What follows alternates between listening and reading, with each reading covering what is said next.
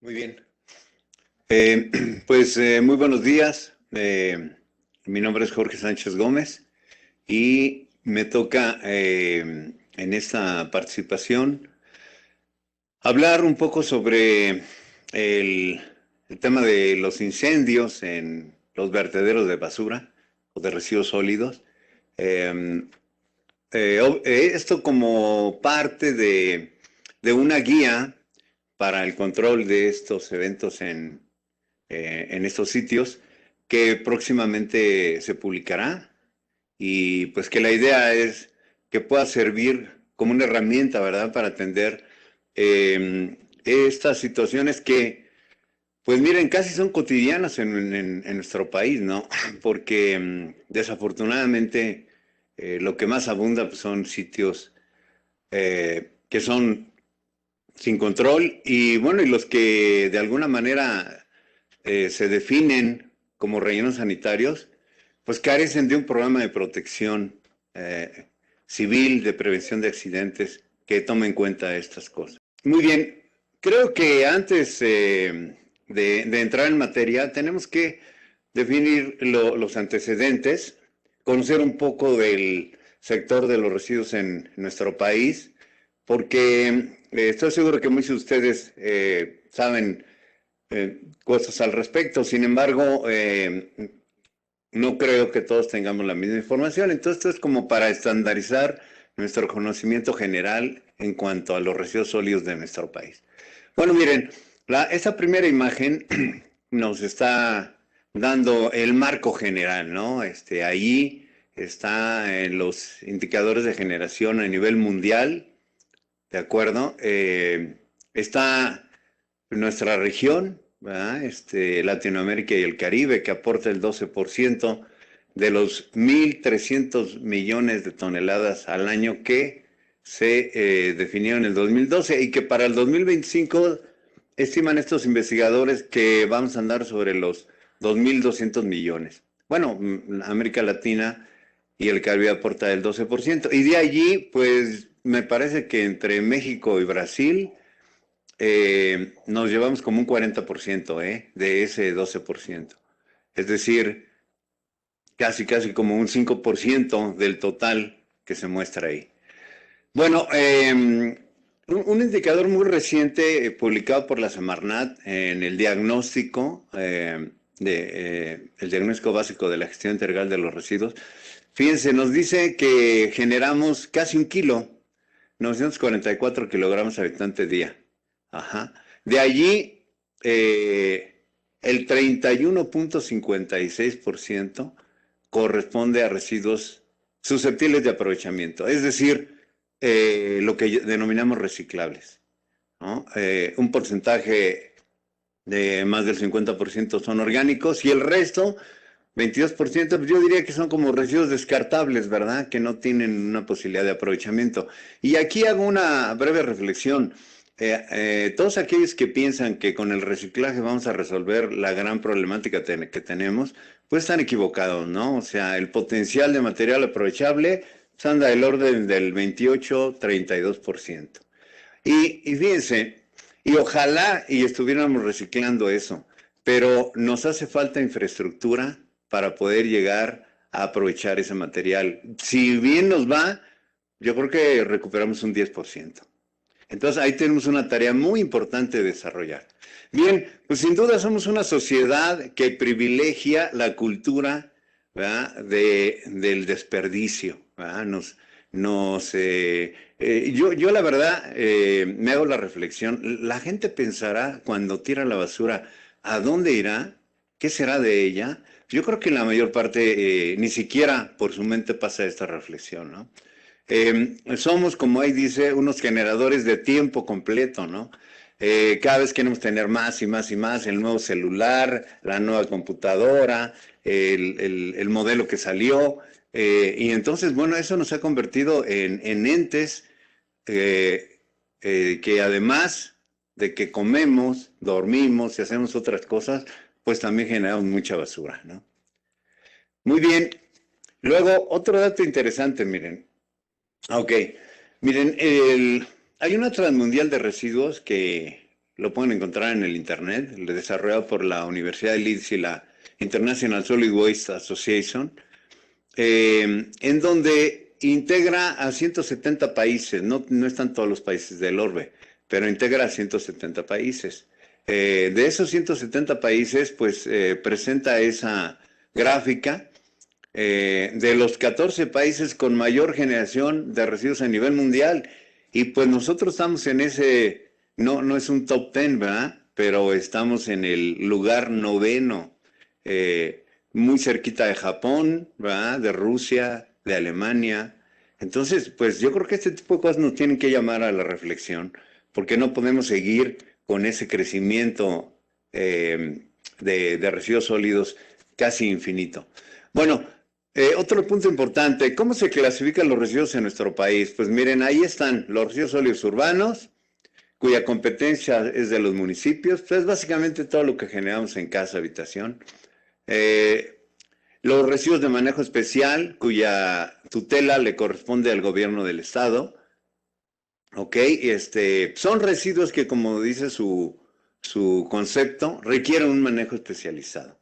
Y aunque hay una corriente de residuos muy parecidos a los residuos sólidos urbanos, si uno genera más de 10 toneladas al año, cae en esta clasificación. Y luego tenemos los residuos peligrosos. La competencia aquí es de la federación. Y básicamente son materiales que pueden ser peligrosos por alguna de las condiciones que ahí se señalan, una o más, ¿verdad? Pero con una basta. Y pues son generados fundamentalmente por actividades, pues por ejemplo, actividades agroquímicas, actividades de la manufactura, pero ojo, yo creo que ya también todos generamos este tipo de residuos. A su derecha ven un gráfico, como de esos gráficos de intersección de conjuntos, y pues ya dentro de los residuos sólidos urbanos que se generan en hogares, también generamos residuos peligrosos y sin duda residuos de manejo especial. Entonces, pues estas definiciones ya como que no encajan, ¿no? Con la problemática que estamos viviendo. Y esto, miren, para mí significa un candado o un lastre para poder desarrollarnos. Bueno, miren, ahí ese es un mapa que también es interesante porque nos dice cómo está la escala de generación a nivel nacional. La mayor parte de los estados están en el nivel intermedio, entre 1,000 y 5,000 toneladas, ¿verdad? Solamente los que rebasan más de 5,000, pues ahí se ve claramente, es el DF, el Estado de México, Veracruz y Jalisco. Y los que menos generan, pues ahí también los vemos, son básicamente 6, ¿verdad? Pues por su tamaño tienen una población pequeña o bien por su escasa densidad ocupada de su territorio.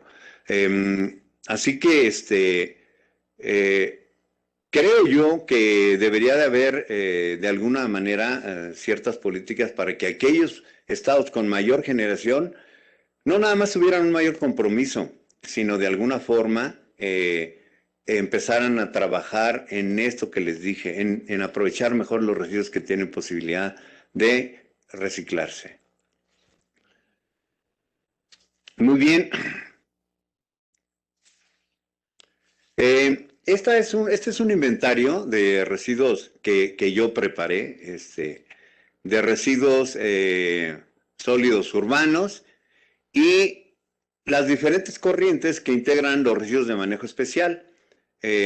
Para el 2014, cuando hice esto, miren, andábamos, estas cifras están en millones de toneladas al año, andábamos como en 37 millones, ¿verdad? Pero si suman todo lo que son residuos de manejo especial, andábamos arriba de 20 millones. Ajá. Para el 2030, pues es una proyección que hicimos, pues tal vez andemos en esa cifra, ¿no?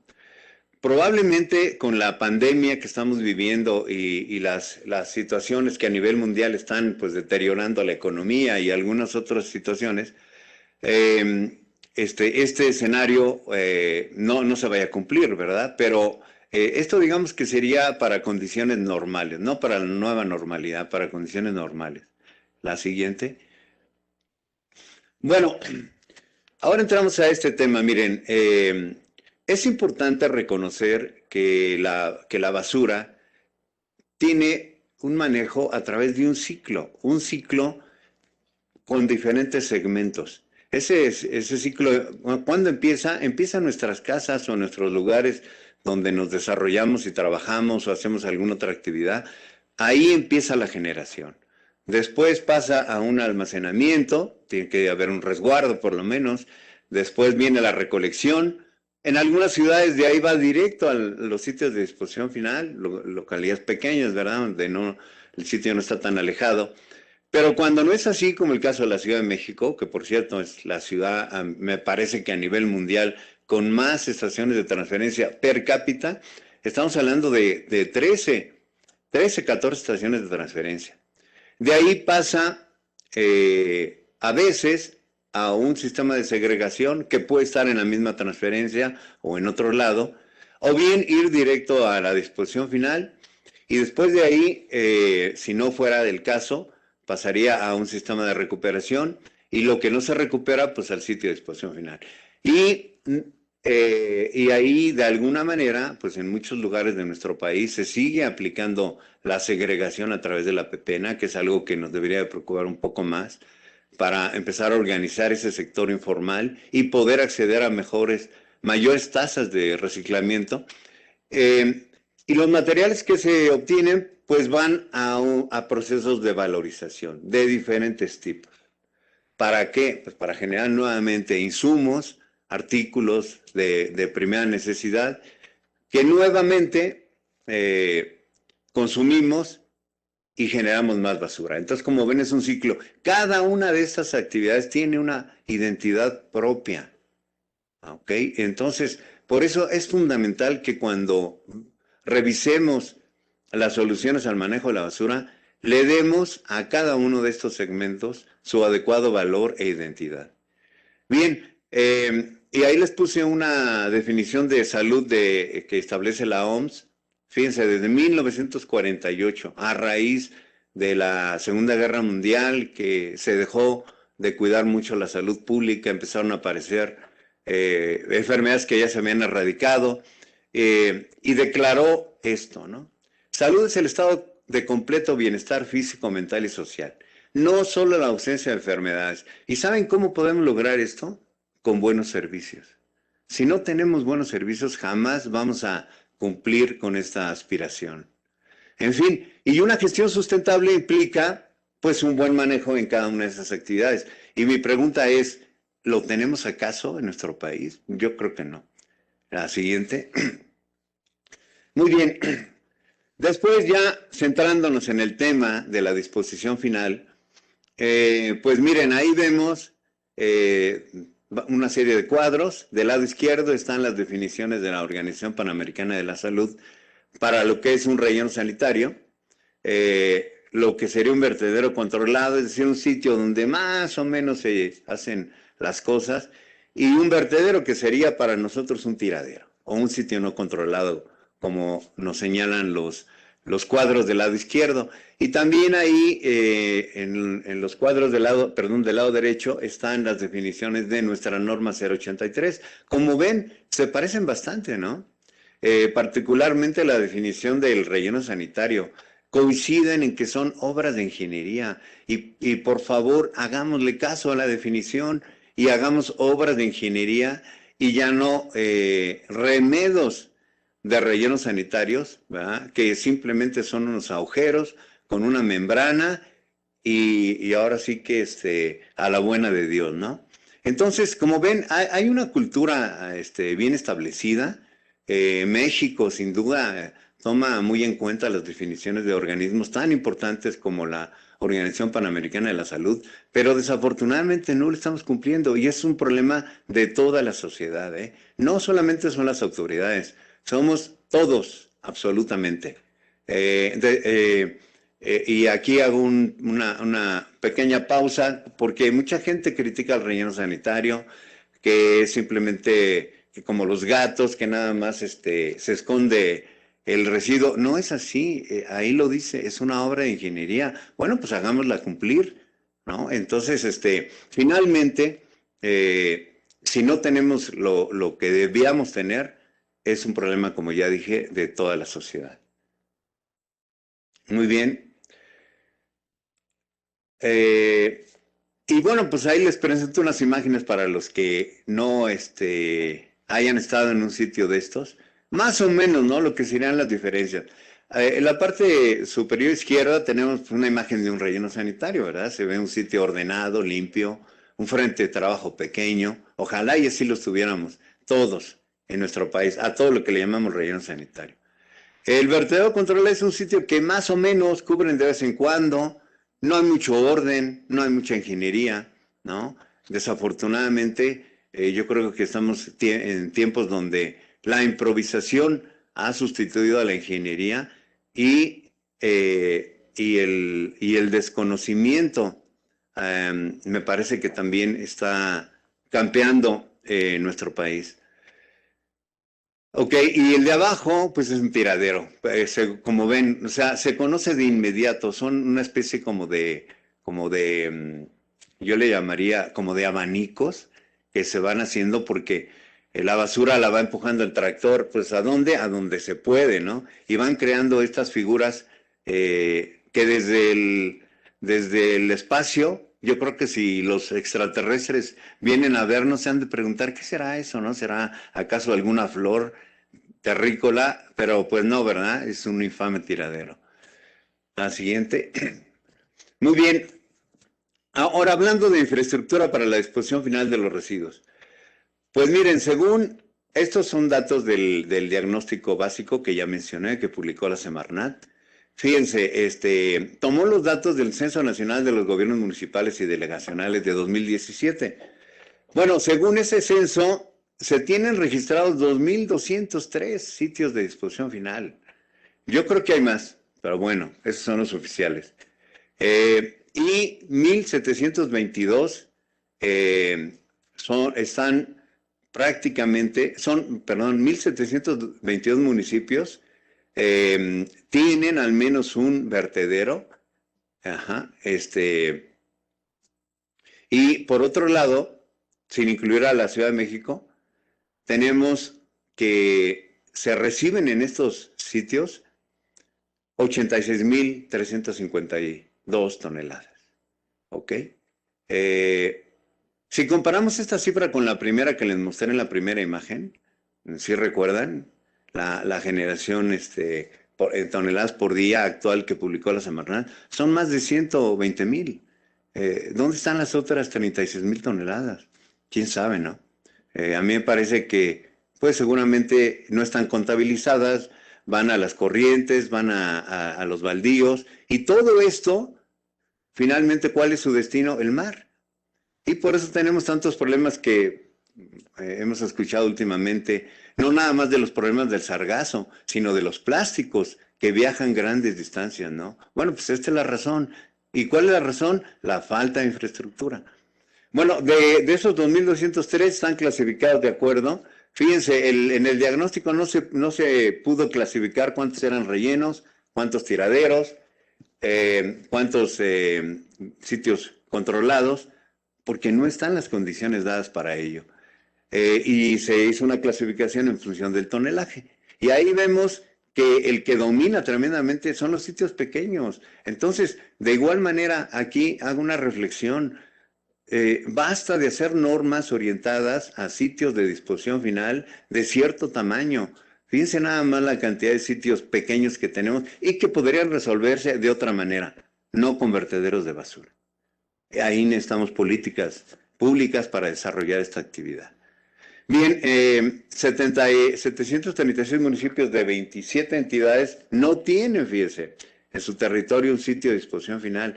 Un país de 2.500 municipios, casi la mitad no tiene. ¿Qué es lo que hace? Lo tira por donde quiera o comparte algún sitio. Y fíjense, solamente en esos estados, todos los municipios sí tienen al menos un vertedero, sea lo que sea, tiradero, relleno o sitio controlado. La siguiente. Y aquí está el número de sitios, esos 2.200, por cada entidad federativa. Y Oaxaca, pues es el mayor. Pero recuerden que Oaxaca tiene más de 500 municipios. Entonces, pues debería de tener por lo menos 500, ¿no? Si seguimos esta tónica. Bueno, pues esa es nuestra realidad, la siguiente. Y pues ya nada más como conclusión de esta primera parte, pues para mí lo que podría ser un escenario previsible, ¿no? Se estima que para el 2035 esa va a ser la población de nuestro país. Vamos a andar generando unos 60 millones de toneladas anuales de RCU. Y si pensamos que los centros urbanos van a seguir creciendo, pues ahí se genera el 98% del PIB, pues evidentemente vamos a seguir teniendo problemas con la basura si no tomamos a tiempo la decisión de crear infraestructura sustentable y estratégica, desarrollar buenos servicios y de una vez por todas empezar a trabajar con la ciudadanía. No podemos seguir pensando que la ciudadanía corresponde a un segmento donde no tenemos injerencia. No, o sea, desafortunadamente muchos tomadores de decisiones así lo ven, pero no. Son parte de lo mismo, son parte de la solución. Bien, entonces, creo que la tarea que viene para cambiar la realidad que tenemos es eso, miren, infraestructura estratégica, servicios de aseo urbano eficientes y no recursos humanos, no, capital humano, porque esos son los recursos calificados y adiestrados. Ya cambiémosle de nombre para que le demos el valor y los conservemos como debe ser. Bien, la siguiente. Ok, bueno, ya más o menos estamos enterados de cómo está el tema de la basura. Ahora, pues, ¿cuáles son los escenarios de riesgo que se pueden presentar en los sitios de disposición final de residuos? Que como vimos es un segmento del ciclo del manejo de los residuos sólidos, ¿no? Bueno, pues, eh, ok, pues miren, para mí los principales agentes responsables de los riesgos potenciales en un sitio de disposición final ujú, eh, son los que ahí describo. Una excesiva generación de lixiviados que pueden contaminar los suelos, las aguas superficiales, los mantos acuíferos, en fin, la biodiversidad, comprometen la salud de la población, sin duda. Evidentemente, la generación y emisión de gas de efecto invernadero, primero por el impacto a nivel global, ¿no? A nivel planeta que tienen. Y porque además crean condiciones de explosividad. Cuando el metano, un gas de efecto invernadero que se genera por la degradación de la basura, pues puede formar mezclas explosivas con el oxígeno del aire. Y por otro lado, la inestabilidad de los taludes. ¿Por qué? Pues porque miren, como no hay buenas prácticas, no hay ingeniería, como ya les dije, ha sido sustituida por la improvisación, ajá, y la ignorancia pues ha sustituido al conocimiento, pues entonces van botando la basura como pueden y van creando unos taludes con problemas de estabilidad tremendos. Hay muchos casos en el mundo de deslizamientos que se han dado por esta razón, ¿no? Y también tienen implicaciones muy graves porque no solamente afectan la propia infraestructura de los sitios, sino evidentemente también a la población, a la vegetación, a las condiciones naturales, en fin. ¿Ok? Al siguiente. Ok. Ahora, ¿qué afectaciones provocan estos, vamos a llamarle agentes del desastre? ¿Qué afectaciones provocan? Bueno, muchísimas, ¿no? Yo aquí estoy poniendo las que creo que son de mayor dimensión y fíjense, y también hago un pequeño alto. ¿Y por qué? ¿Por qué se dan estos agentes del desastre? Por falta de infraestructura y malas prácticas operacionales. Si nosotros cambiáramos este escenario, bajaríamos enormemente la posibilidad de que se presentaran estas eventualidades. Bajaríamos el riesgo, ¿ok? Bueno, pues como tenemos un exceso de generación de lixiviados, pues contaminamos el suelo, ¿no? Con todo lo que ahí se señala, ¿de acuerdo? Otro tema importante, pues la desestabilización de los saludes. Por lo que ya decía, ¿no? La regular geomorfología que presentan muchos vertederos, pero agréguele a eso que como no se cubre diariamente, o bueno, ya digamos, no diariamente, cada mes por lo menos, pues entonces se deja la basura expuesta y cuando vienen las temporadas de lluvia, pues reciben toda esa lluvia, alguna la sueltan, alguna otra la contienen. Eso hace que los cuerpos de basura tengan un mayor peso y como muchas veces la basura no está compactada, pues se desliza. Y luego más, si le pusimos una membrana plástica en el talud, pues estamos creando una superficie de deslizamiento, ¿no? Estamos creando las condiciones justas para tener estos problemas. La siguiente.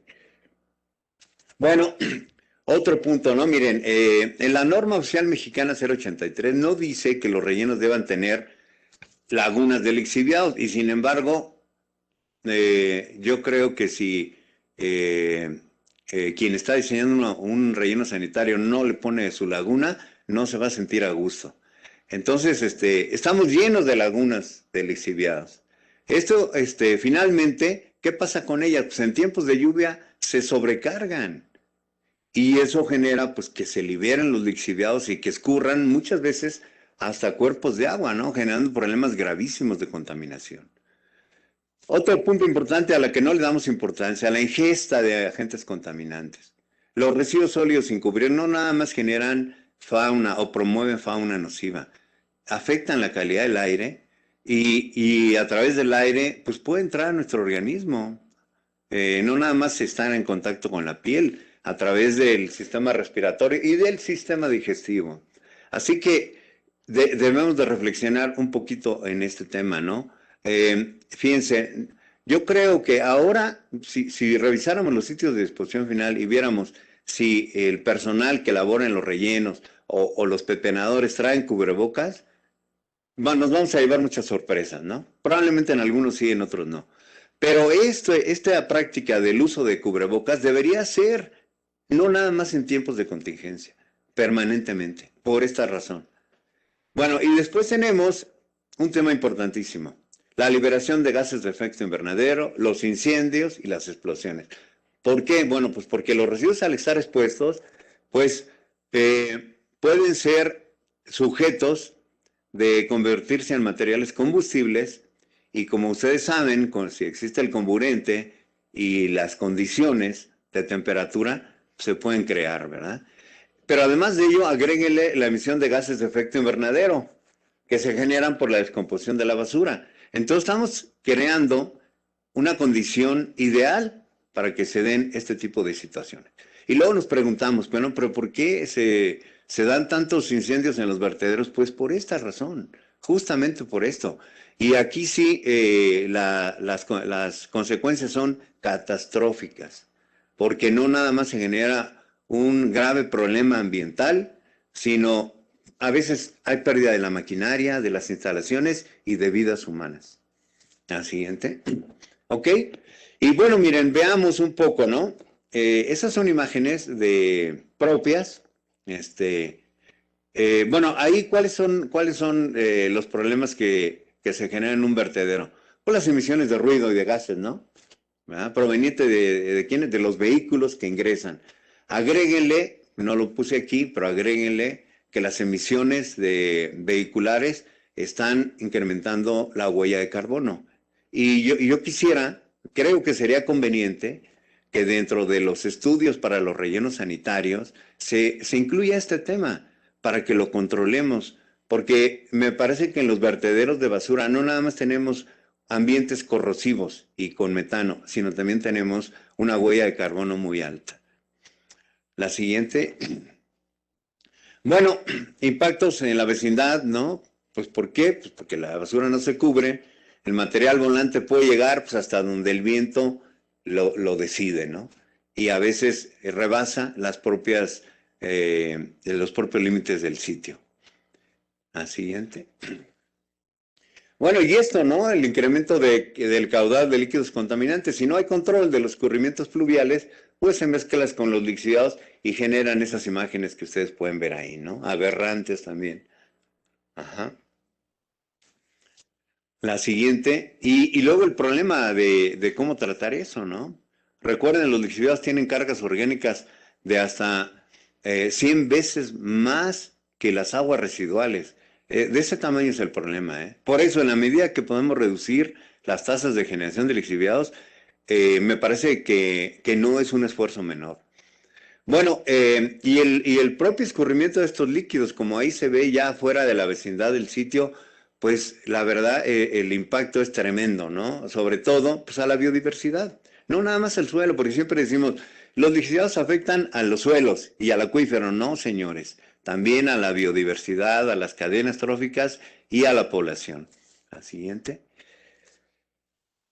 Muy bien. Y obviamente, pues la contaminación de los cuerpos de agua también por los escurrimientos de estos líquidos, como ya mencioné. ¿Ok? La siguiente. Y lo que tenemos ante nuestros ojos, ¿no? Los impactos, justamente, por los incendios derivados de las condiciones que ya he estado mencionando. Vean ahí, prácticamente, pues si tuviéramos la imagen de cuando concluyó el incendio, seguramente acabó con todo ese cuerpo de basura que ahí se ve, que se ve en la imagen, ¿no? La siguiente. Muy bien. Ahora, pues entremos un poquito en materia en cuanto al fuego y, sus elementos y los productos que genera, ¿no? Muy bien, adelante. Bueno, el fuego y su influencia en la sociedad. O sea, desde que el hombre descubrió el fuego, pues entró en problemas. Sin duda, el fuego ha sido parte del desarrollo de la humanidad y de grandes avances tecnológicos. Pero también, hasta la fecha, es el responsable de grandísimas catástrofes, ¿no? ¿Por qué? Pues porque los incendios, miren, se dan en cualquier lado, ¿no? Instalaciones industriales, bosques, mercados, bueno, todo lo que ahí está, ¿no? Y también en vertederos de basura.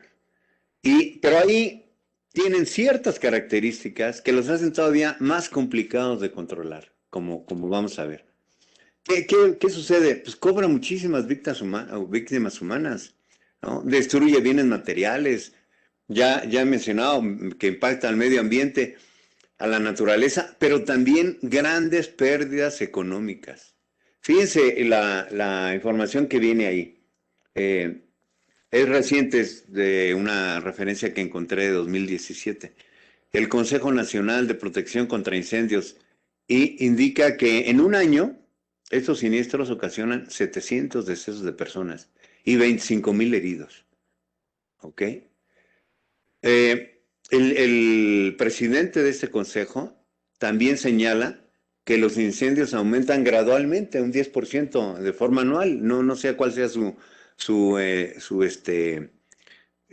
conocimiento de esto o de su indicador para señalar esto, pero pues es probable, ¿no? Porque no hemos podido desarrollar una cultura idónea y la población crece y crece todo lo demás, crecen todos los servicios, entonces es muy probable que sí suceda eso. Pero algo importantísimo, vean lo que también lo señala él, la Asociación Mexicana de Instituciones del Seguro, dentro de sus anuarios dicen que las pérdidas andan entre 3,000 y 9,000 millones de pesos al año, que podríamos destinarlas a otra cosa, ¿no?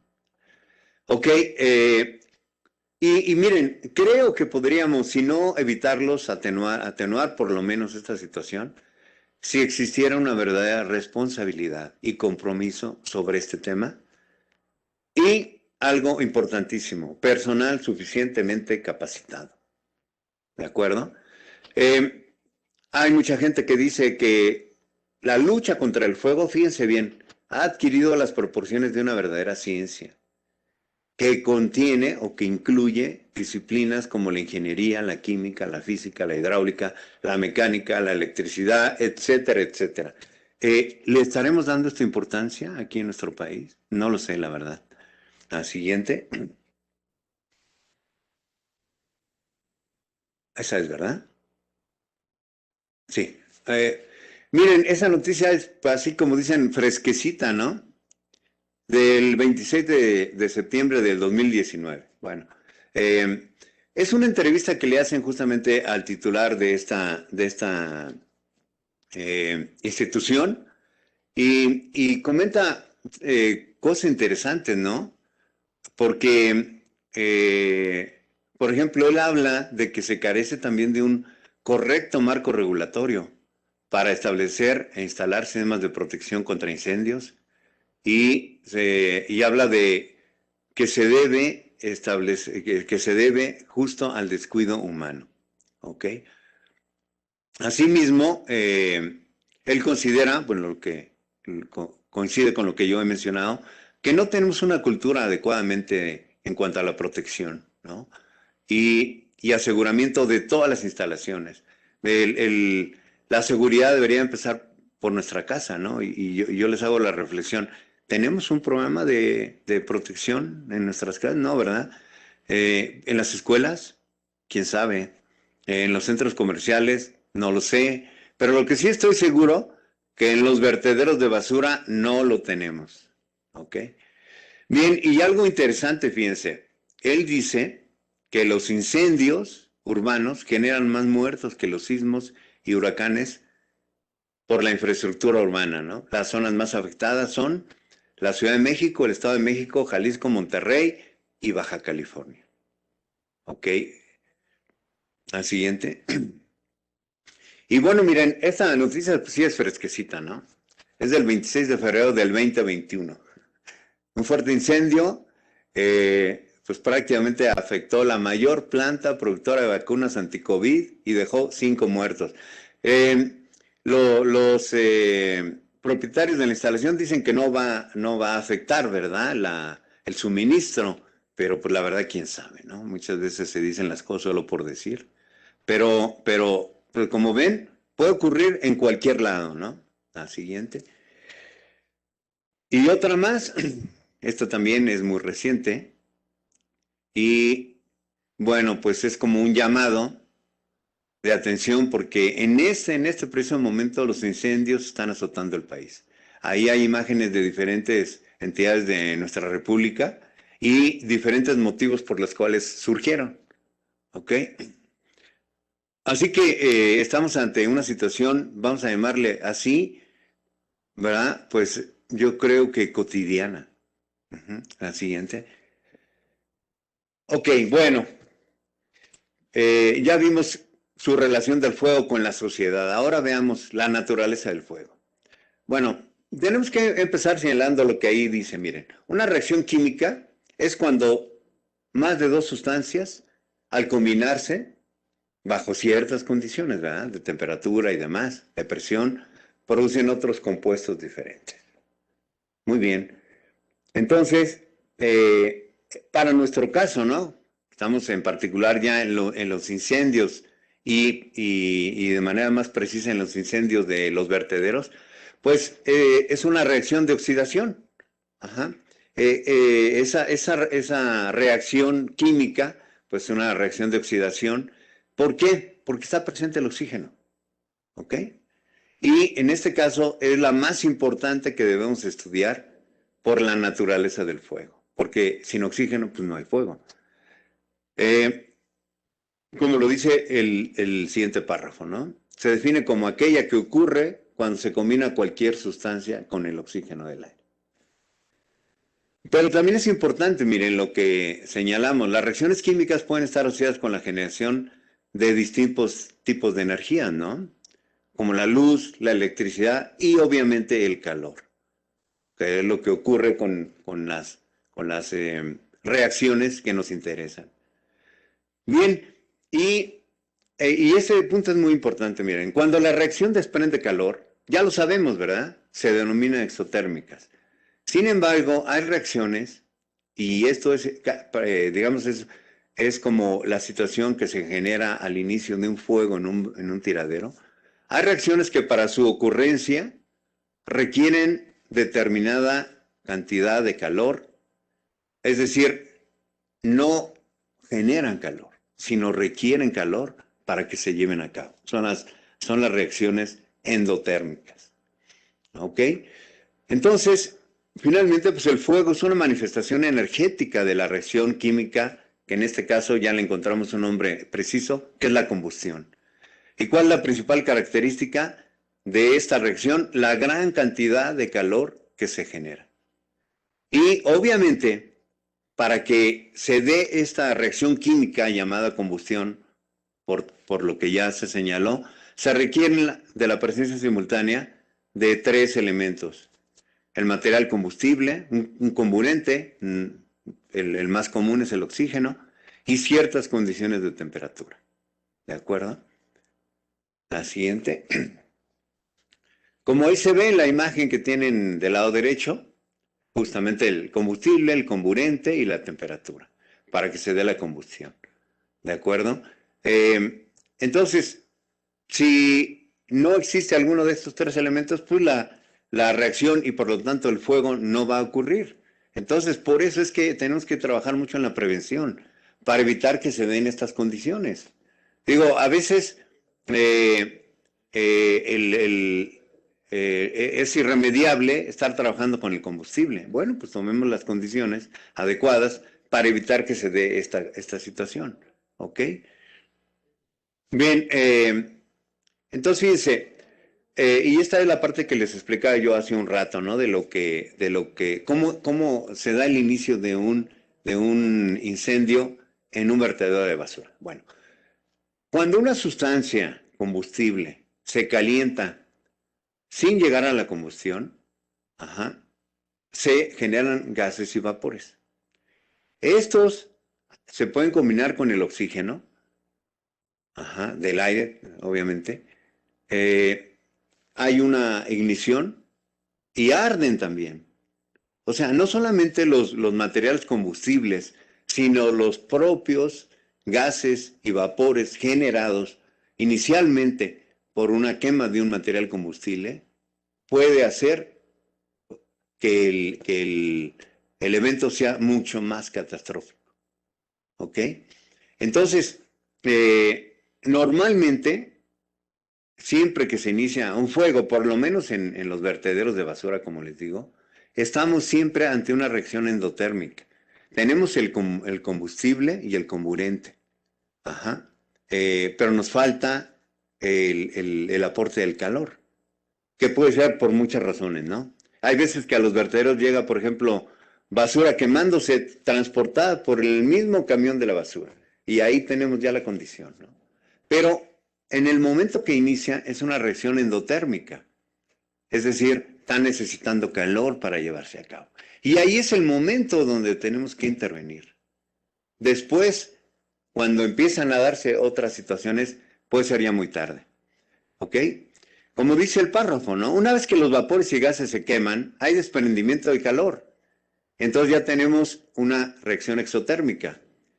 Si la cantidad de calor, fíjense, no da para que haya más desprendimiento de gases, ahí el fuego se apaga. ¿Ok? Pero si la cantidad de calor generado se mantiene y se sigue generando este aporte de vapores y de gases, se combinan con el oxígeno, se combustionan también y se incrementa el fuego. Por eso es tan difícil parar un fuego en un relleno sanitario, o en un vertedero, perdón, cuando tenemos ya una reacción exotérmica. ¿Ok? Ahora, también esto es importante, fíjense. Esto que he estado mencionando aplica para combustibles sólidos y líquidos. ¿Ok? Madera, cartón, combustibles, aceites. Sin embargo, para los gases no se requiere ningún calentamiento. Esto es todavía mucho más grave. Su combustión es mucho más rápida. Por eso, en un vertedero donde tenemos un gas combustible como es el metano, la situación es todavía mucho más complicada. ¿De acuerdo? La siguiente. Muy bien. Después, esta clasificación que obtuve de esta guía básica, que me pareció bastante oportuno presentárselas. Bueno, según la velocidad de propagación de la combustión, que ya vimos su definición, podemos clasificarlo en función de la velocidad de la reacción de acuerdo a esas 4 categorías, ¿no? Si la reacción es lenta, pues es oxidación, es decir, sí hay un aumento de temperatura, pero simplemente nos va a generar una oxidación, una especie de corrosión. El papel se pone amarillento, pues acuérdense, o sea, ustedes revisen ahí papeles que han dejado 3, 4 años, pues ya los ven medio amarillos, pues es justamente por eso. Se produce sin emisión de luz y hay muy poca emisión de calor, entonces que se disipa en el ambiente sin problema. Ahora, si la reacción es normal, pues estamos ahora sí ante un proceso de combustión como los conocemos. Se produce con emisión de luz, o sea, es decir, con una llama o con calor, es perceptible por el ser humano. Y fíjense, el frente de llama, es decir, como avanza el avance de la llama, tiene valores de varios centímetros por segundo. Esa es la velocidad con la que avanza al principio. Si la reacción es más rápida, ya estamos ante una deflagración, que es una combustión que se produce cuando la velocidad se incrementa, pero es menor a la velocidad del sonido. ¿Okay? Los umbrales de la velocidad para considerarla una deflagración, pues es del orden de varios metros por segundo, ¿no? Sin embargo, fíjense, las ondas de presión que se generan por el evento es de 1 a 10 veces la presión inicial. Entonces, por eso es que también es tan difícil apagar un fuego que ya se extendió, ¿no? Porque puede tener unas ondas de presión, tal vez no como las de una deflagración, pero la que hace que sea muy difícil acercarse a los espacios donde se está dando. Luego tenemos cuando la reacción es muy rápida, ¿no? Pues ya es una detonación. Y es una combustión que se da cuando la velocidad de la propagación del frente de llama, fíjense, es mayor que la del sonido.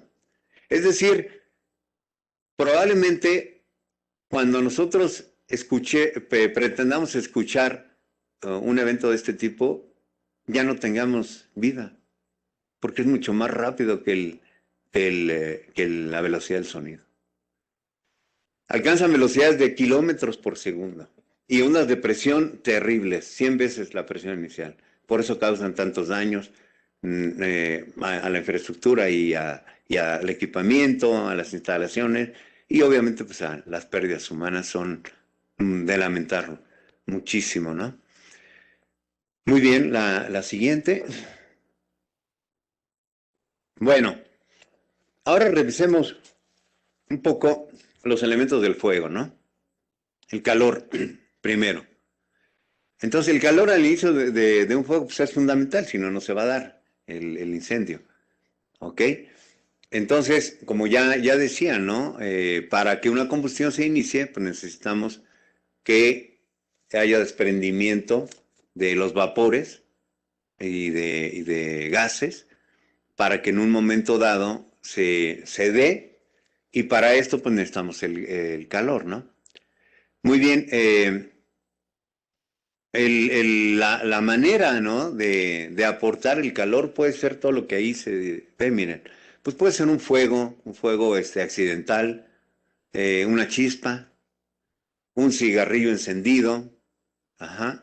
Y yo agregaría más, por ejemplo, miren, en los sitios de disposición final, pues está la basura que llega encendida en los propios camiones.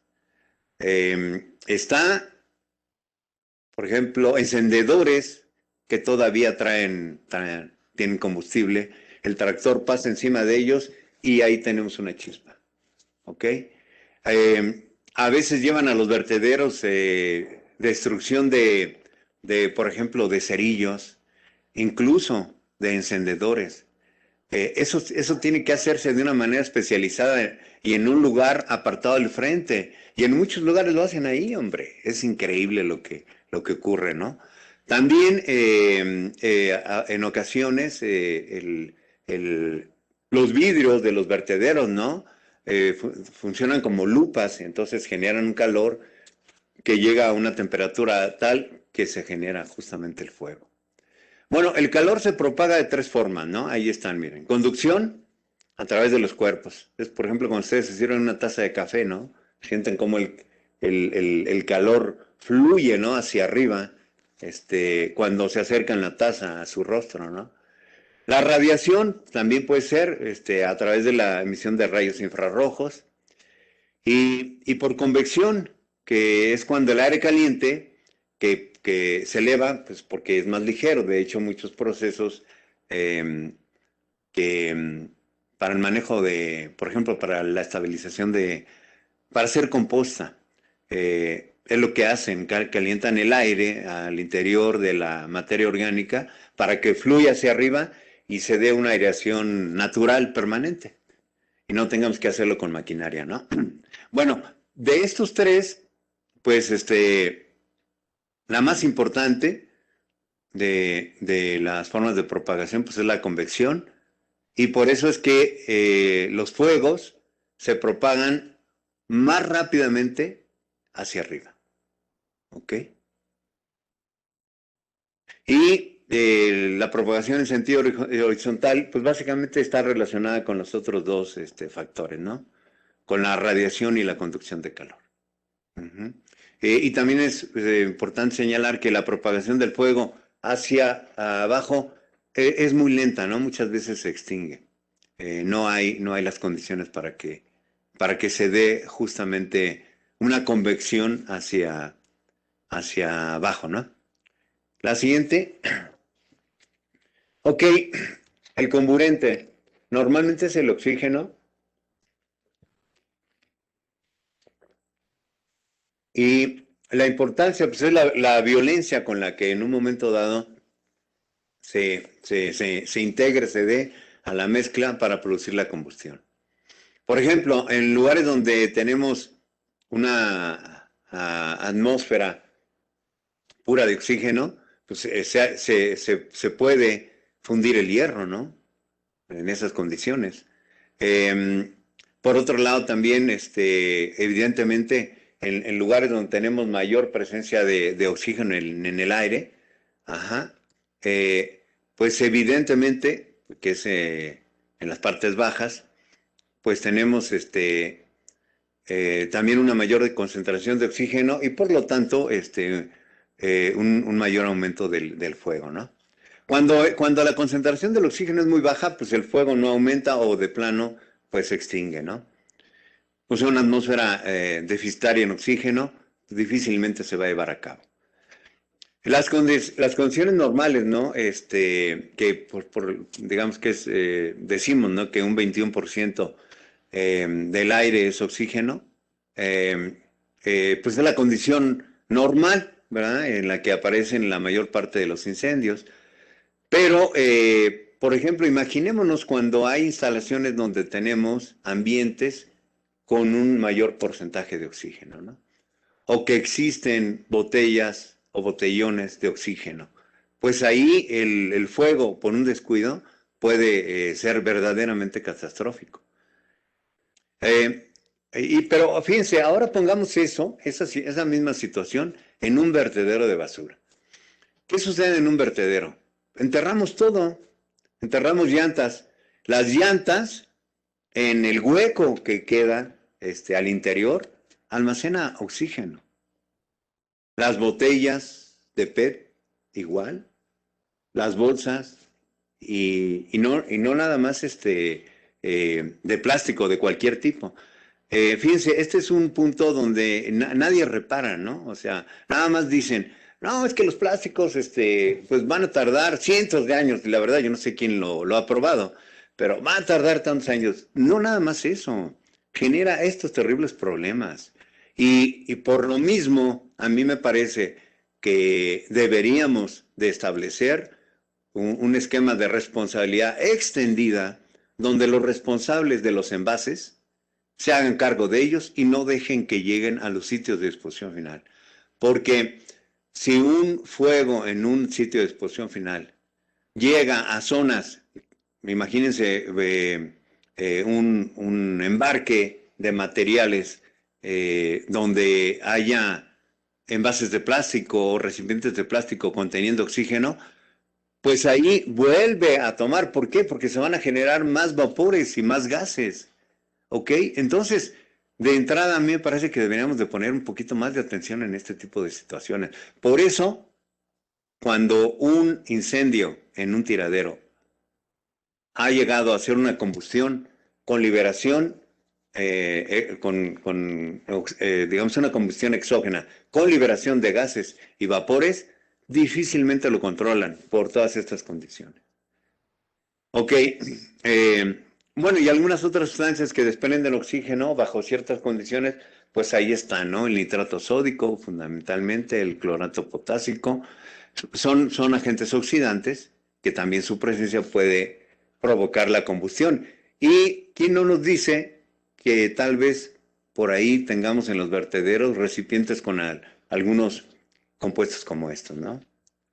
La siguiente. Muy bien, los elementos del fuego, o sea, el combustible. Bueno, pues el combustible es cualquier sustancia, ¿no? Que puede experimentar una reacción de combustión. Y esas son sus principales características, miren. El punto de inflamación, que es la temperatura a la cual la sustancia comienza a desprender gases o vapores en cantidades para mantener la combustión, ¿ok?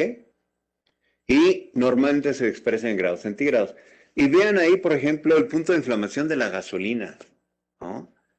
Menos 43 grados centígrados a menos 38 grados centígrados, es decir, es una sustancia sumamente volátil, ¿no? Por eso tenemos que tener muchísimo cuidado y sobre todo para aquellos quienes guardan o almacenan gasolina en sus casas, ¿no? O en los lugares de su trabajo, ¿ok? Compárenlo, por ejemplo, con la inflamación del aceite de soya, 282 grados centígrados. Entonces, se puede incendiar, ¿verdad? Pero puede liberar vapores y gases, pero hasta alcanzar esa temperatura. Necesitará una fuente de calor entonces para que suceda eso. Luego tenemos la temperatura de ignición, que es la temperatura a la cual la sustancia empieza a arder espontáneamente, ¿ok? No necesita, en este caso, que haya un comburente, ¿no? Y se le denomina autoinflamación o autoignición. Bueno, y esto tiene que ver con el punto de autoinflamación, que es aquella temperatura mínima a la cual un combustible emite vapores que en presencia de aire u otro comburente, fíjense, comienzan a arder sin necesidad de aporte de una fuente de ignición. Es decir, con esa temperatura es suficiente para que empiece a generarse la llama. Y bueno, los límites de inflamabilidad, que también es un concepto bien importante, miren. La combustión solamente se va a dar cuando estamos dentro de esos límites, dentro del límite inferior y el superior. El límite inferior lo que nos está marcando es una mínima concentración necesaria del combustible para mantener la combustión, ¿ok? Si tenemos menos de ese porcentaje, nunca se va a dar el fuego, ¿no? Y la concentración superior es aquel límite que nos está marcando que después de esa concentración tampoco se va a dar el fuego. ¿Por qué? Porque falta oxígeno, porque hay demasiado combustible. ¿De acuerdo? Y cada combustible, cada sustancia, tienen diferentes límites de combustibilidad, ¿no? O de inflamabilidad. La siguiente. Y aquí unos ejemplos, ¿no? Por ejemplo, ahí podemos ver algunos productos comunes, ¿verdad? La acetona, pues ya sabemos para qué se usa muchas veces, ¿no? Para despintar ahí las uñas.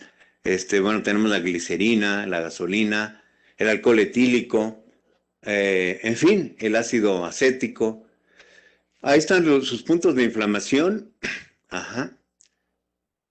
Por ejemplo, la gasolina, ¿no? De 100 octanos a menos 37.8.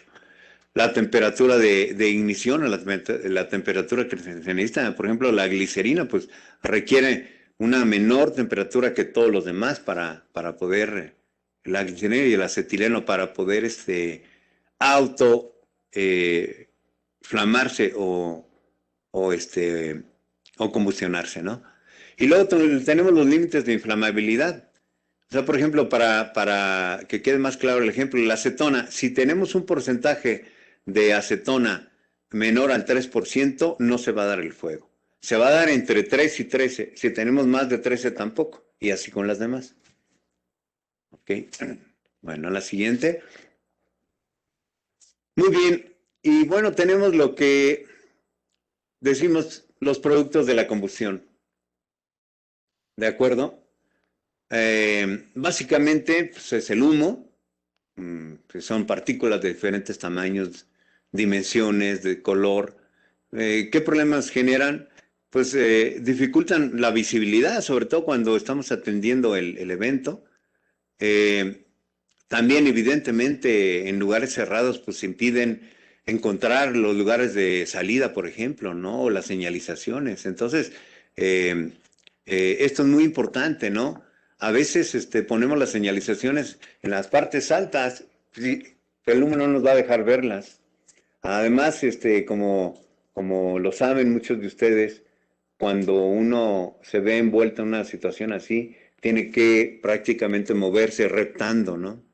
Para tratar de evitar esas condiciones. Pues en esa condición jamás va a haber los señalamientos, ¿de acuerdo? Bien, los gases tóxicos que se desprenden fundamentalmente es el monóxido de carbono y el anhídrido carbónico, que bueno, ya es un término que no se usa mucho, que no es otra cosa más que el dióxido de carbono. El primero, pues básicamente nos genera asfixia, ¿no? Se combina con la hemoglobina de la sangre e impide el transporte del oxígeno que necesitamos, ¿no? Y nos genera asfixia. Por eso lo importante de evitar el respirar este tipo de gases en lugares donde se da esto, particularmente en lugares cerrados, ¿no? Y el dióxido de carbono, que estimula el ritmo de la respiración, ¿no? Esto, combinado con la disminución del oxígeno, también puede provocar asfixia. Entonces, como ven, pues los tres, pues hay que tenerle respeto y cuidado, ¿no? La siguiente. Muy bien. Bueno, ya después de, creo que me adelanté, ¿verdad? Ok. Ahí le falta una R a la palabra de vertedero, ¿no? Bueno, aquí en México, no nos gusta ese término, pero es un término alternativo pues a los depósitos de basura, a los rellenos sanitarios. Por vertedero puede ser cualquiera cosa, ¿eh? Puede ser un tiradero, un sitio controlado o un relleno sanitario. ¿Ok? Entonces, por eso a veces es conveniente hablar de vertederos porque se refiere a cualquier sitio. Y como ahí señalo, ¿no? Algo casi cotidiano, ¿no? La siguiente. Muy bien. Bueno, pues ahí tenemos una imagen típica de un tiradero, de un incendio en un tiradero. Y ahí justamente se está dando lo que les decía, mire. Ahí tenemos el material combustible, se ve en la parte de abajo. Obviamente no lo vemos, pero ahí estuvo el comburente. Y seguramente pues hubo algo, ¿no? Una llama, un vidrio que genera un efecto de lupa, en fin, tantas cosas, alguien que fumó, o también dolosamente, que también ocurre esto, ¿no? Y bueno, se está quemando el copete, ¿no? Justamente por lo que veíamos, ¿no? O sea, cómo se da el proceso del calor, ¿no? Normalmente se da, como decíamos, hacia arriba, ¿no? Sin embargo, el fuego, como hay material combustible, sigue avanzando a las partes bajas. ¿De acuerdo? Y fíjense, ahí ya estamos liberando ya gases y vapores. Ya estamos ante una reacción exotérmica.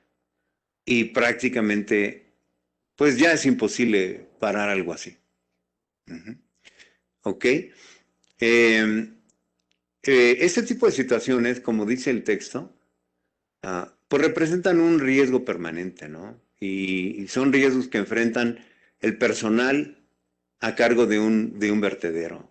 Yo luego escucho a especialistas que critican a los tiraderos y que critican a los rellenos sanitarios. Y yo creo que muchos de ellos jamás han estado ahí, ¿no? Me gustaría invitarlos a que se pasaran un día allí para que vieran todo lo que se tiene que hacer. Y sobre todo, cuando es un relleno sanitario, todas las situaciones de ingeniería que hay que tomar en cuenta. Y además, súmenle este tipo de situaciones, ¿no? Bueno, tenemos una información del Senapred, de unos registros que está en la siguiente imagen. Ajá, miren, yo no creo que sean todos, porque no todos se reportan. Pero fíjense el número de accidentes en basureros por año, desde el 2003 que se tiene el registro hasta el 2019. Pareciera que entre 2003 y 2013 pues no hubo, ¿no? Pero quién sabe, en realidad, no, yo creo que no se reportaron. Y luego en 2014 pues hay una elevación y luego empiezan a bajar. Tiene mucho que ver, a mí me parece también con las condiciones climáticas, que se presentan y que son muy variables año con año. Pero en el 2019 hubo 48. Y como les digo, yo creo que debe haber más porque muchísimos no lo reportan. La siguiente. Y eso es por estado. Son las mismas cifras del gráfico anterior, pero ahora por estado. Y fíjense, ¿quiénes son los que más tienen? Veracruz, justamente, ¿no? Uno de los estados con mayor generación de basura. Creo que era Jalisco, la Ciudad de México, el Estado de México y Veracruz. Pero también está Guanajuato, que es uno de los estados que no generan tanto. Pues algo está pasando ahí, ¿no? Pues, ¿por qué será? Pues yo creo que porque la industria ha crecido muchísimo en Guanajuato y están generando muchos de los llamados residuos de manejo especial. Por ejemplo, muchos recortes perdón, la industria automotriz y la industria del calzado, que siempre ha estado. Pero a los vertederos llegan muchos recortes, por ejemplo, de tenis, de zapatos, que son materiales combustibles, ¿no? Y yo creo que es por esa razón, ¿eh? ¿Ok? Pero Tlaxcala prácticamente no se reportó, ni Aguascalientes, pareciera que no hay ahí, ¿no? Otro estado interesante pues, es Michoacán. Veamos cómo está, por ejemplo, la Ciudad de México, 5, y el Estado de México, 11. ¿De acuerdo? Mérida, ver cómo anda Mérida. ¿No está? Yucatán, perdón. 3 en Yucatán. Bueno, muy bien, la siguiente. Bueno, como ya dije, los vertederos generan graves daños a la infraestructura, ponen en riesgo la salud, la integridad física del personal que labora. Fíjense, y esto es muy importante, por la radiación resultante del incendio, pero también por las emisiones de monóxido de carbono, como ya vimos todo lo que provoca. Entonces, cuando la gente se expone pretendiendo atenderlo, se asfixia y puede quedar ahí calcinado, ¿no? Entonces, es muy importante cuidar este tema para quienes atienden este tipo de situaciones, ¿no? Porque luego no llevan el equipamiento adecuado. Bien, aparte de todos los problemas que genera, particularmente con la gente que está operando el sitio, pues en un vertedero es entonces muy, vamos a llamarle, muy predecible que se puedan presentar incendios, por lo que está ahí que ya mencionábamos, ¿no? Hay materiales con alto poder calorífico, miren, ahí están todos esos. Esos son materiales con alto poder calorífico, por lo menos deben de tener unos 2.000 o 2.500 kilocalorías por kilogramo o más. Ahí tenemos los materiales volátiles, ¿no? Que también están ahí presentes. Luego, materiales que son susceptibles de explotar, ¿no? Llega cualquier cantidad de aerosoles. Ya les dije, llegan también encendedores. Y materiales de origen industrial de alta combustibilidad, como lo que les mencionaba que está llegando actualmente a muchos vertederos del estado de Guanajuato, ¿no? Recortes de plástico, fibras, materiales susceptibles de combustión, restos de celulosa, incluso materiales caducos, fuera de especificaciones y que tienen que tener un manejo adecuado, como dice su clasificación, ¿eh? La siguiente. Muy bien. Por otro lado, la fracción orgánica, ya dijimos, genera gases de efecto invernadero, ¿no? Es el biogás que está compuesto por dióxido de carbono y metano. Y como ya vimos, el metano es un gas combustible, entonces favorece todavía. Es un agregado más a ese escenario tan catastrófico que tenemos en los vertederos. ¿Ok?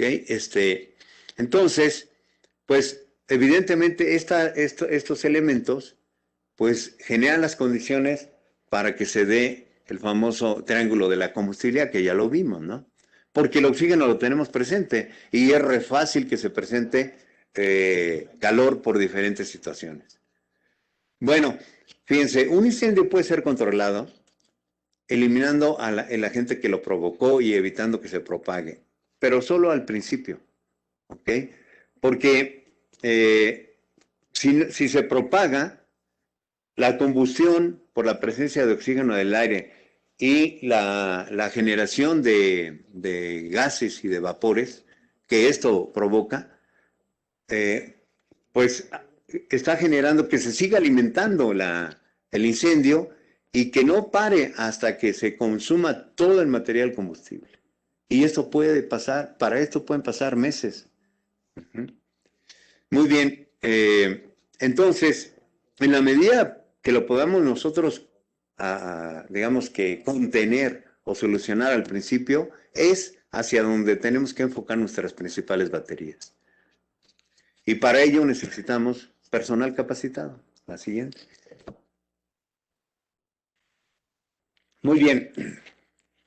Ok, entonces, ya dijimos, ¿no? Los vertederos se deben perdón, los incendios en los vertederos se deben a situaciones multifactoriales. ¿De acuerdo? Basta una fuente de ignición para que se encienda todo lo que ya vimos. ¿Ok? Como ahí se señala, ¿no? Incluso hasta la mezcla de dos compuestos que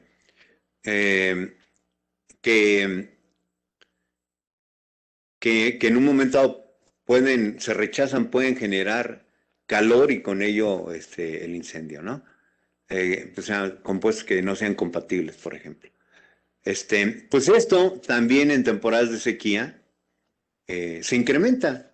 El caso más típico de todo esto, de que me ha tocado conocer, es el de Las Matas, que como ustedes saben es un vertedero único en nuestro país, porque parece ser que corrieron un modelo matemático para encontrar el sitio menos favorable y ahí lo pusieron.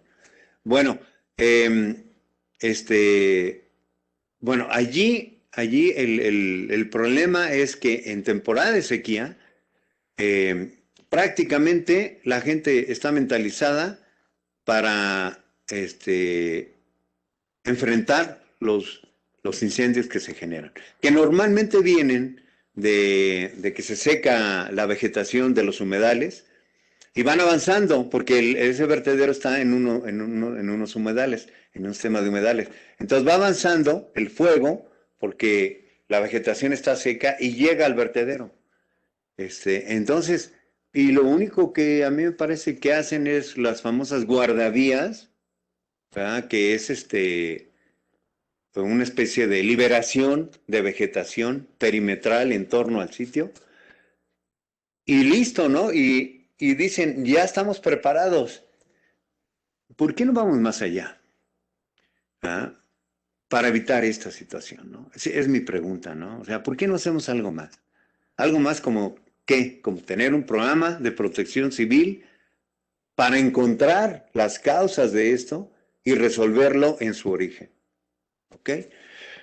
Bueno, pero como decimos ahí, ya lo había mencionado, no debemos olvidar que además de los tres elementos del triángulo, particularmente los incendios en los vertederos de basura se tornan difíciles de manejar por los vapores que se desprenden y que siguen combustionándose y que siguen haciendo que el fuego sea de mayor envergadura. ¿Ok? ¿De acuerdo? Entonces, pues le falta un elemento, ¿verdad? No nada más es el combustible, el comburente y el calor, sino también son los gases que generan reacciones en cadena. ¿Ok?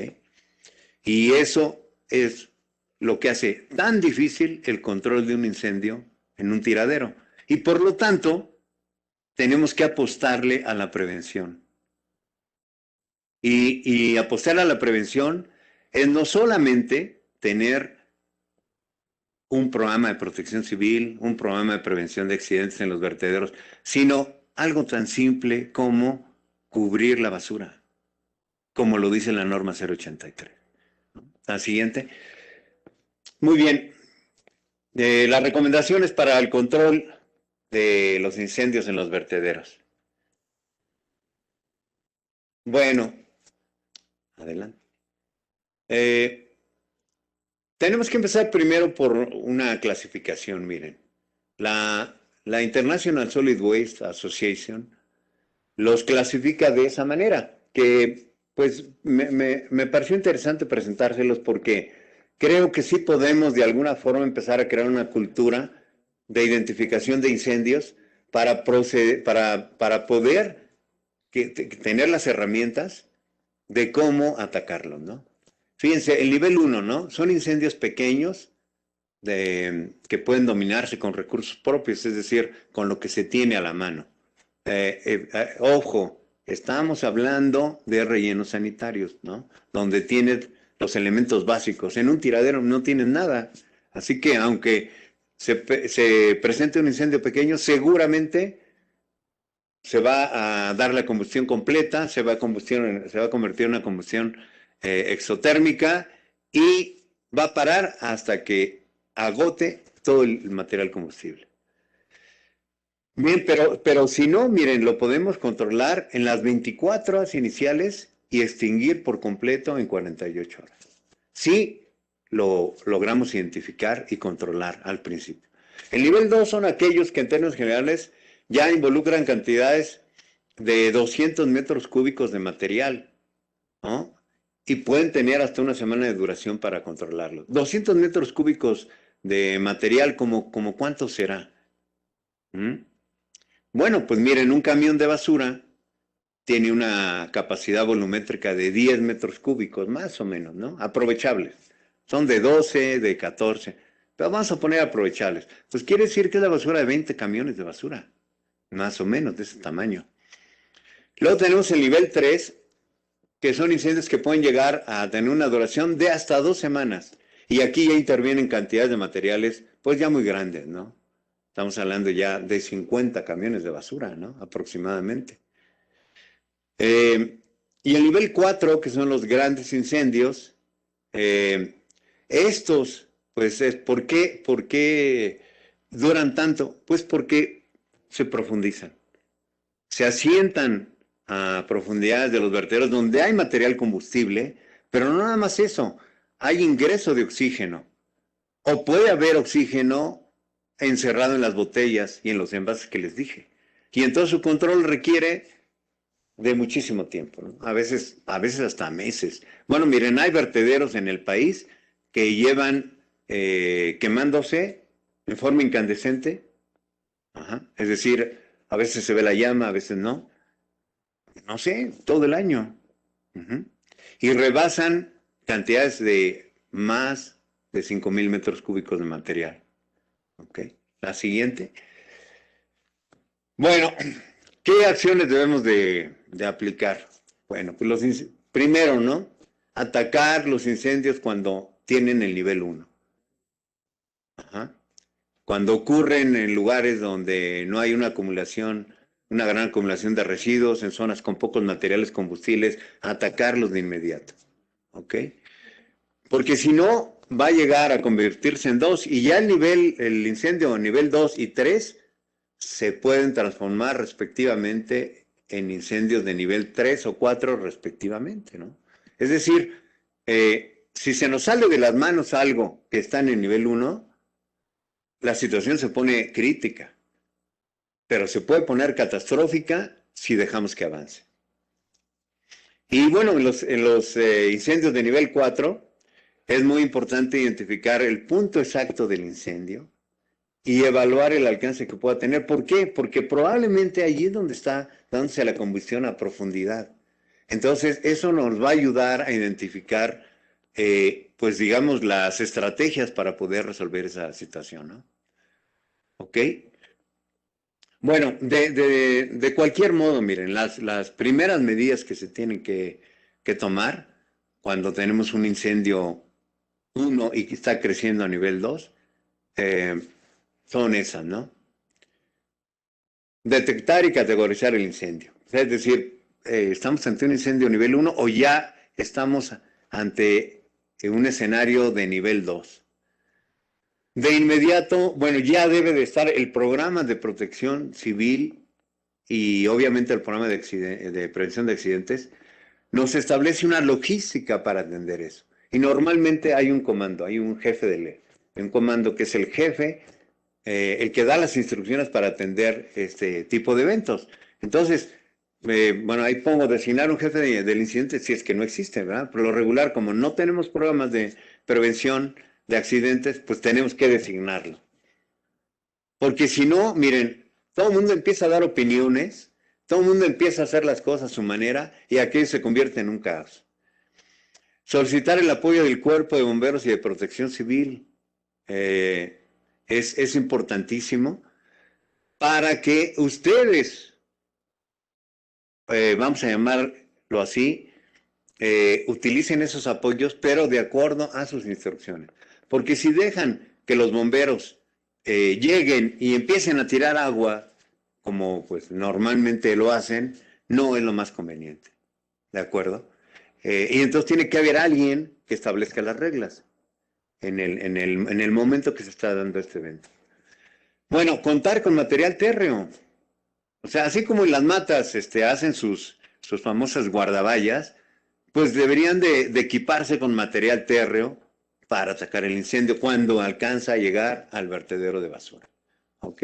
Y agua, incluso miren, el propio lixiviado se puede utilizar también. ¿Ok?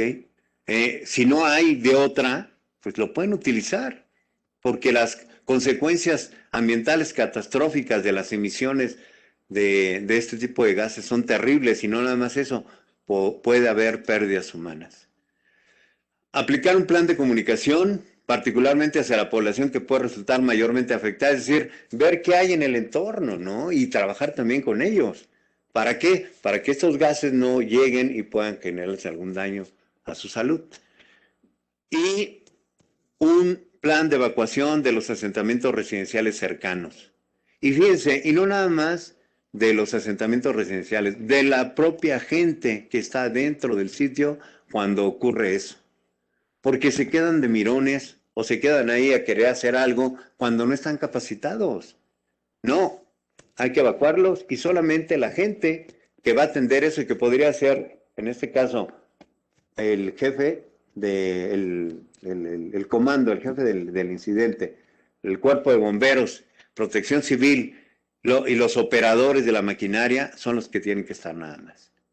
Luego, si es posible, que yo creo que sí es posible, sobre todo si estamos equipados, es importante monitorear las emisiones de gases y el curso que toma el incendio, es decir, hacer como una agenda de lo que está ocurriendo. Y monitorear los gases, ¿por qué? Para saber qué contienen, por qué son tan combustibles. Nadie, así les puedo asegurar, nadie ha tomado una muestra de los gases que se generan en un incendio y los ha caracterizado en un cromatógrafo. Yo creo que sería interesante, ¿no? La siguiente. Bueno, la información requerida y los implementos necesarios. Bueno, miren, pues, si en el relleno sanitario o en el sitio de exposición final, que normalmente no lo tienen, no tiene una carta de eventos, pues yo creo que el personal de protección civil sí lo podría tener. Del sitio justamente donde está ese vertedero, se puede adelantar. Lo mismo, un plano cartográfico del sitio, con la ubicación de los accesos, las instalaciones propias, los lugares de acopio de material reciclable. Por ejemplo, si hay pepenadores, los pepenadores ponen su material en algún lado, ese material se va a incendiar. Lo tenemos que tener señalizado ahí. Luego, también, en función de la carta de vientos, ver cuáles van a ser las zonas más impactadas. ¿Ok? Y ya con esa cartografía, ubicar también dónde inició el evento para saber hacia dónde va a avanzar y poder empezar a trabajar adelantándonos a ello. Luego, los implementos y equipamientos necesarios. Pues miren, preferentemente, ya cuando el incendio está en forma, necesitamos eso.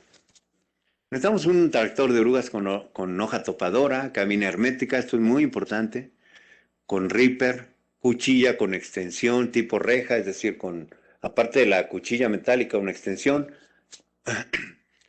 Normalmente, no siempre, pero en algunos rellenos, sí está porque este tipo de cuchilla se usa para el empuje de la basura. Y con una potencia y peso equivalentes a un D8. Podemos usar equipos más pequeños, pero miren, la verdad, necesitamos un equipo de este tamaño para avanzar realmente, ¿no? Si es posible, un cargador frontal de carriles de esa potencia. ¿Por qué? Bueno, porque el cargador frontal tiene más movilidad que el tractor y puede llevar material de cubierta. Fíjense, puede empujar y también puede llevar material, ¿ok? Se sugiere también una retroexcavadora de cucharón grande, 1 yarda cúbica. ¿Por qué? Porque nos va a ayudar para hacer zanjas y evitar en un montado que siga avanzando el incendio. Una flotilla de al menos 3 vehículos tipo volteo, de 14 metros cúbicos de capacidad preferentemente. Una pipa de 10 metros para el riego de la zona de trabajo. Puede utilizar el agua tratada o el propio lixiviado para eso. Y una brújula portátil, un GPS, unos binoculares, un flexómetro para hacer algunas mediciones. Los binoculares y el GPS son fundamentales. Los binoculares nos pueden permitir, sin acercarnos, ver un poco las condiciones del fuego que se está dando y empezar a trabajar con ello, ¿no? La siguiente. Bueno, y el equipo de protección personal, pues lo que ahí se señala, miren, ¿ok?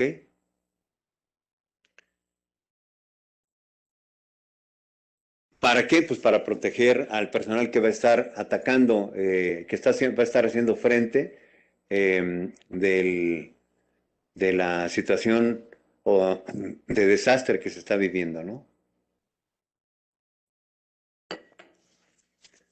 La siguiente. Ok, ya estamos casi por terminar, ¿eh? Procedimiento para realizar la extinción del incendio. Bueno, de entrada, el residente del relleno o el responsable del sitio, y si no hay mando, pues entonces yo creo que hasta el responsable de protección civil, lo primero que tiene que hacer es crear un frente alternativo para que la basura siga llegando. Porque miren, lo que hacen es luego cerrar la entrada al vertedero y entonces genera un problema de recolección. Claro, a veces no se puede, cuando ya el incendio afectó todo y cuando tenemos un tiradero. Porque pues, como hay basura por todos lados, difícil. Pero si no, afuera o a un lado, habilitar un frente temporal para el confinamiento de la basura en lo que se logra controlar esto. Si no, al desastre se le va a agregar luego un problema ambiental y social, ¿no? Que no va a haber recolección y entonces vamos a tener más problemas con la población. ¿Okay? Nadie se pone a pensar en eso. Y en caso de que existan instalaciones para la combustión y el aprovechamiento del biogás, como en algunos sitios, apagar los equipos y cerrar todas las válvulas. Olvídense de que sigan operando. Luego, pues continuamente hay que estar haciendo recorridos por la zona afectada para seguir midiendo la magnitud del incendio, si va avanzando, si lo van controlando. Obviamente, para ello ya debemos haber identificado dónde están las principales fuentes de combustión y evitar que llegue hacia ellas. Verificar la dirección del viento, eso es muy importante para saber hacia dónde está moviéndose el fuego, y no nada más el fuego, los gases y los vapores. Y con ello, pues también estar de alguna forma previniendo las afectaciones que se puedan dar, sobre todo con la población o con el mismo personal que está trabajando. El GPS, pues se utiliza para georreferenciar todo lo que estábamos haciendo, ¿no? Por ejemplo, ¿no? Si en un momento dado el, eh, durante el incendio se genera, que ocurre a veces, ¿no? De pronto aparece como una fumarola, ¿no? Muy grande. Entonces hay que identificarla porque probablemente ahí hay una zona donde está almacenándose el metano.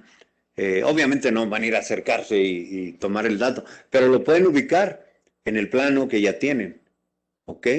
Y luego ya checar con el GPS y tomar las coordenadas.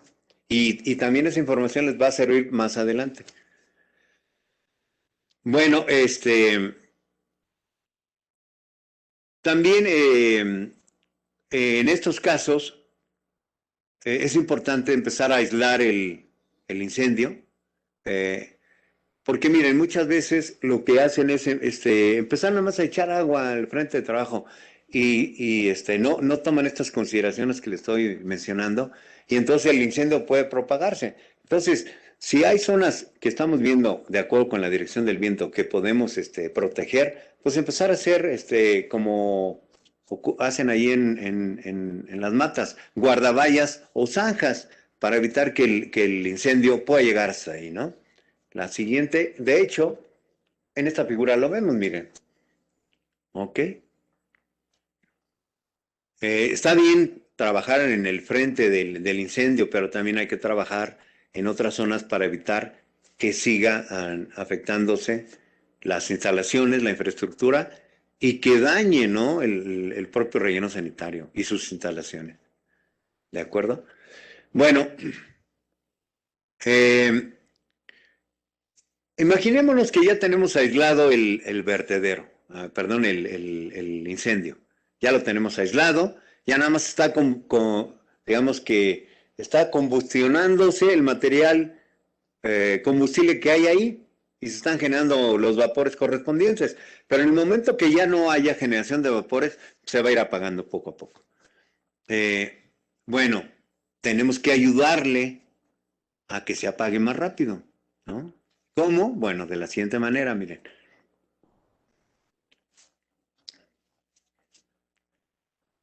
Una puede ser aplicando agua, ¿no? Que es lo más normal, lo que normalmente hace el cuerpo de bomberos, ¿no? Eh, pero esto solamente es aceptable cuando el incendio es muy superficial.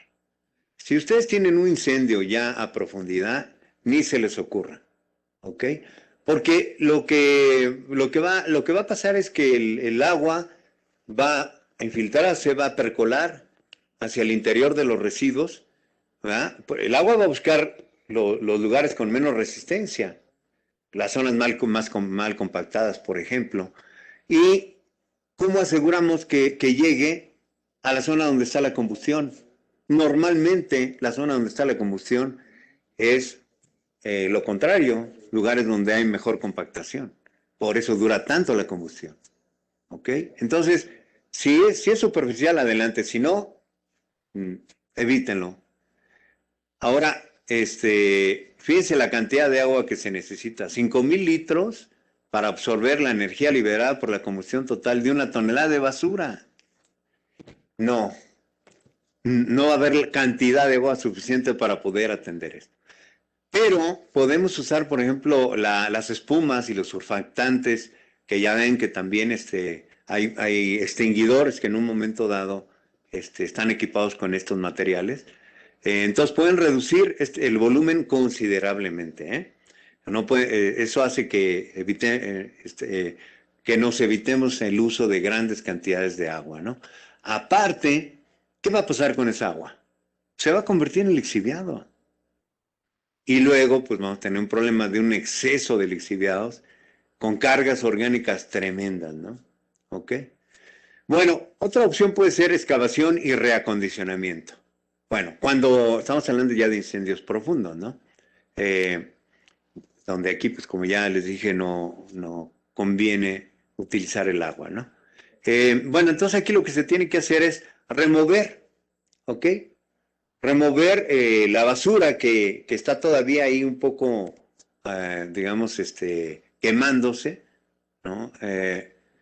Y, y no me lo van a creer, pero incluso con basura fresca pueden ir tapando eso. ¿Cuál es el objetivo de todo esto? Eh, eliminar todavía zonas donde esté habiendo material seco, combustible, que siga quemándose. La basura tiene un 50% de humedad. Entonces aprovechemos eso también. ¿Ok? Entonces, aquí como dice el texto, ¿no? Pues el primer paso es remover el residuo que está en combustión. Se expone en un momento dado. Aquí sí podemos utilizar agua para apagarlo. ¿Ok? Después ya se le pone una capa de residuos, como les digo, pero aprovechando la humedad que tiene. Y se compactan, ¿no? Se van compactando en capas de 30 centímetros. Si el incendio no fuera tan profundo, entonces se puede evitar la remoción de los residuos y nada más colocamos una capa de basura compactada. O sea, queremos, acuérdense, evitar el residual de calor que hay ahí. Si la basura está húmeda, ya no va a ser tan fácil, pero sobre todo tapar el ingreso de oxígeno. Y muchas veces no tenemos tierra, entonces tenemos que utilizar esos materiales. ¿Ok? Bueno, eh, la siguiente, por favor. Ahí está. La otra forma sería la supresión del ingreso de oxígeno, que es básicamente eliminar el ingreso del oxígeno por algún lado, ¿no? ¿Ok? Si nosotros descuidamos esto, fíjense, y supuestamente controlamos el fuego, ya solamente hay cenizas, es importante que chequen ustedes porque si hay fumarolas probablemente haya oxígeno atrapado y se esté dando una cierta combustión. Si ustedes no cubren eso, el fuego se reaviva. Entonces, por eso es que es importante, aunque sea un poco lento, suprimir el ingreso de oxígeno con una capa de tierra en este caso, ¿no? ¿Ok? Por lo menos de unos 20 centímetros ya compactado con el tractor de carriles. ¿Esto qué implica? Que la zona donde se dio el incendio, una vez que se haya apagado, se cubra, como se ven las imágenes, para evitar esta situación y quitarnos de problemas. Muy bien. ¿Cómo se hace el apagado? Pues mira, se va avanzando, obviamente, en la dirección del viento, no en contra del viento. Muchas veces hacen esto y por eso es que se daña el tractor, se queman los cables, se empiezan por quemar los cables, se incendia el tractor, pero no nada más eso. Puede perder la vida el operador del tractor. Entonces tenemos que hacerlo de acuerdo con la dirección del viento y ir poco a poco cubriendo, poco a poco, ir avanzando metro a metro, como dicen los políticos, ¿no? Cuando van a hacer visitas a las calles, vamos avanzando metro a metro, así, vamos a ir avanzando metro a metro para ir cubriendo todo esto, ¿no? Obviamente tenemos que tener material acamellonado, ¿ok? La siguiente. Bueno, y aquí termino mi charla. De antemano les agradezco su tiempo, su presencia y quedo atento a cualquier comentario. Si hay tiempo, pues me gustaría luego pasar un reporte de un incendio real. Pero miren, esto, esto hay que evitarlo. Es justamente lo que les decía. Si metemos demasiada agua, el agua, además de que se va a convertir en lixiviado y no va a ir al lugar donde está la combustión, se va a evaporar. ¿Por qué? Porque abajo hay temperaturas muy elevadas. Entonces, eso hace que se genere vapor y que ese vapor difunda los gases combustibles y el incendio prosiga. ¿Ok? Y no nada más eso. A veces queda atrapado el calor, el vapor caliente, y cuando va pasando la maquinaria, se colapsa esa parte, cae el tractor e irremediablemente pierde la vida el operador del tractor. Entonces, esto necesitamos ya evitar este tipo de prácticas, por favor. Bueno, pues gracias por su atención y quedo aquí al tanto de cualquier comentario.